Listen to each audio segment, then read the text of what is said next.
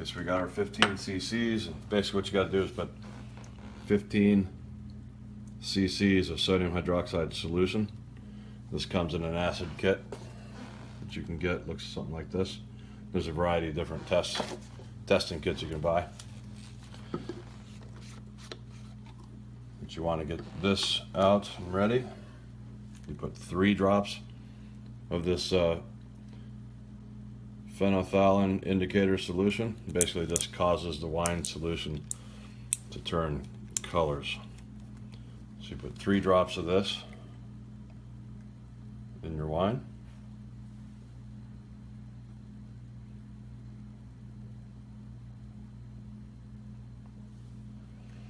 Then you add sodium hydroxide until the color changing stops.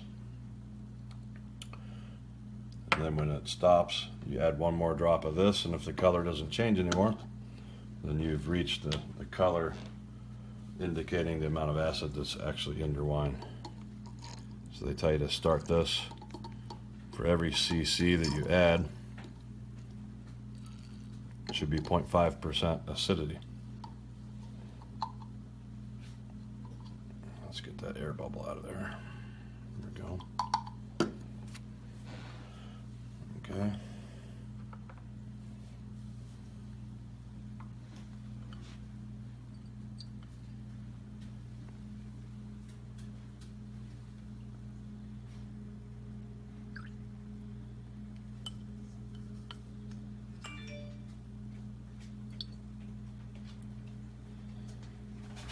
Got a little, try to get the color there, get the light on it so you can see it. There's really not a lot of color change happening. There's a little pink, just a very slight pink.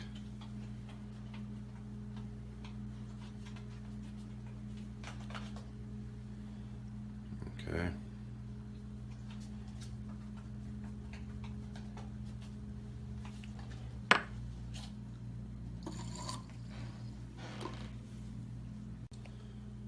Okay, so we added the tartaric acid, and we also added the bentonite clay. And you can see these little bubblers you got to put on this. Keeps anything from getting into your wine, keeps the oxygen out of your wine, and it keeps the carbon dioxide from escaping. So you can pick those up on Amazon or any kind of online store. These are really cloudy, so we're going to clarify these tonight and probably transfer them tomorrow, just to clear them out and get a nice clear looking wine out of that. Okay, this is the Cabernet. This has been in here probably just shy of a week, but because of the ant problem we've been having, we're just going to go ahead and put this into a carboy, let it finish itself off in the carboy, and we'll stop the yeast after it's been a couple of weeks. So probably 1 week in a carboy, we'll stop the yeast, transfer it into another carboy, and then probably let it sit for another couple of weeks after that. Okay, with the Cabernet, I thought I would show a different method of testing the acidity of the wine. So I have the wine kit, we have the chemicals, we do the adjustments that way, but there's also another quicker, easier way of testing the acidity of the wine, and that's using a pH tester. So what I've got here is this Eco Tester pH 2. It's got the testing thing. Basically on the end here you got a little plastic cap where you put your liquid in there, you put the top down in there, and you can check it. So we're going to go ahead and check this and see what it looks like. So let's turn the tester on, and it should default to what it needs to get a good reading. So all you do is you put a little bit of that wine in there. I've already stirred it up, so that should be okay. Pop that down in, and just watch that number change. Now a good red wine should be between 3.3 and 3.5. So we're already at 3.5, so that's pretty good.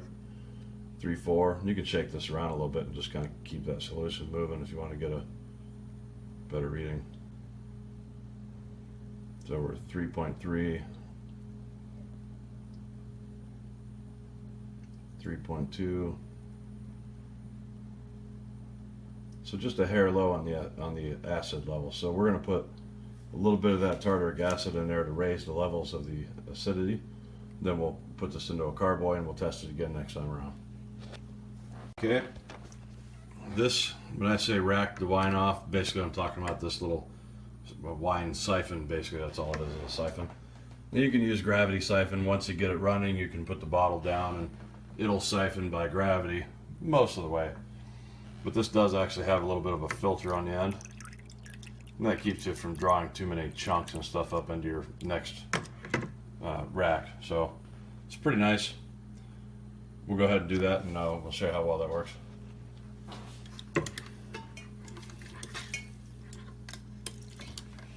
And one thing that ruins your wine is oxygen. So the more exposure to oxygen after the yeast quits, the quicker your wine's going to spoil and turn into vinegar.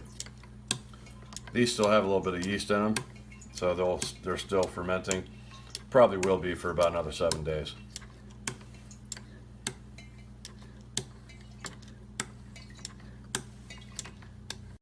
Okay, so we've got the Shiraz, or no, this is the Cabernet, racked over in a 1 gallon jar, and I'm going to add some bentonite clay to clarify that and make it nice and clean, so there's no particles or anything floating around.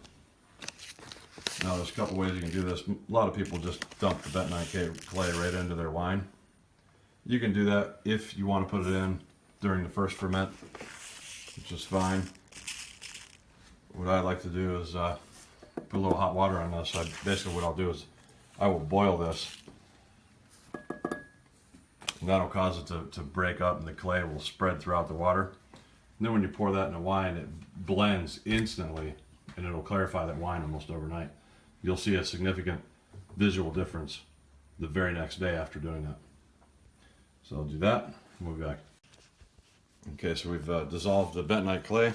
And I probably won't use all this. I usually eyeball the clay. It doesn't have to take, be an exact measurement. Just depends on how much solid you actually want to clear out of your wine later. So I'll put a little bit of this in here like this. And that's probably enough for this one.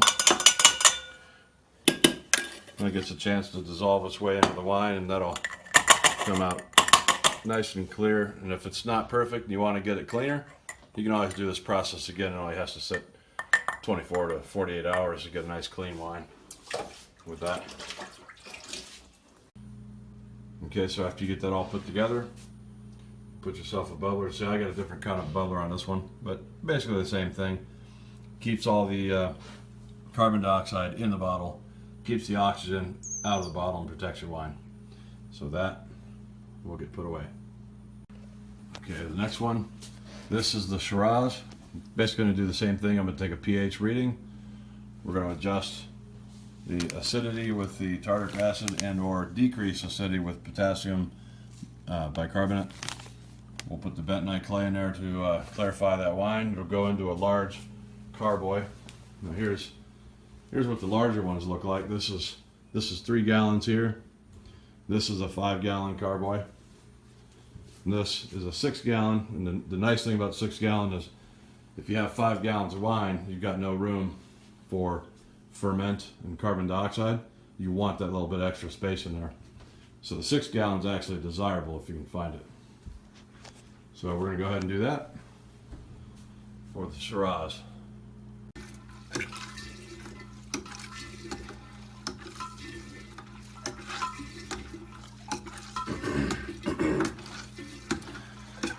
So one thing you gotta watch doing this is sometimes the wine will come shooting up out of here, and if you got nice carpets or nice clothing, that's why I'm wearing a ratty looking shirt, you can really make a mess of yourself doing this.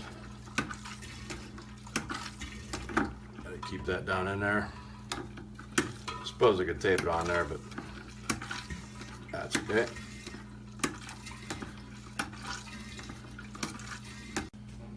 Okay, there's the Shiraz in the carboy.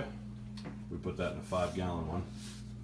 And left a little room there and tossed all the sediment in the bottom. And we also put some oaking chips that I had left over. Tossed them in there just to add a little flavor. Didn't have a lot of them, but I threw them in there anyway. So that should be all cleaned out. We put the bentonite clay in there, and we did an acid adjustment. So I put about 2 ounces of tartaric acid in this because it was only a 3.2, I believe, and you want it 3.3 to 3.5. So I went ahead and threw some of that in as well. Okay, so there it is. Got them all out of the 5-gallon pails into the carboys. They'll sit here for another week. Pull them out, clarify them again, put them back in for another 2 weeks. Okay, so it's been 2 weeks, 12 to 14 days, and I think it's been closer to 14 days. This is still moving a little bit, but not much. This one's pretty much done. The rest of these are done. So now it's time to stop the yeast production. And I also have this little tool that I use. We attach this to a drill, and we degas, what they call degassing the wine, where you have to take all the air bubbles out of the wine, and then you put stabilizer in the wine.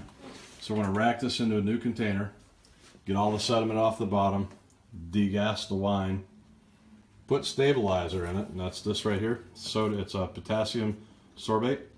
This is what you put in for your stabilizer, which prevents the yeast from beginning to ferment again, especially, as you can see here, as if you're sweetening your wine, which I won't be.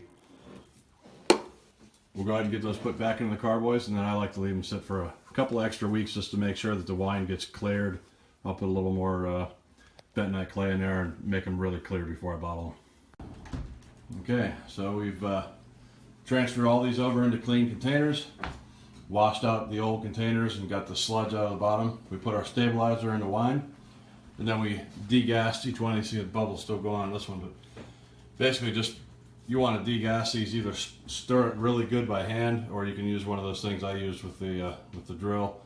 You want to do that about 5 to 10 minutes just to make sure you get all the carbonation out of your wine.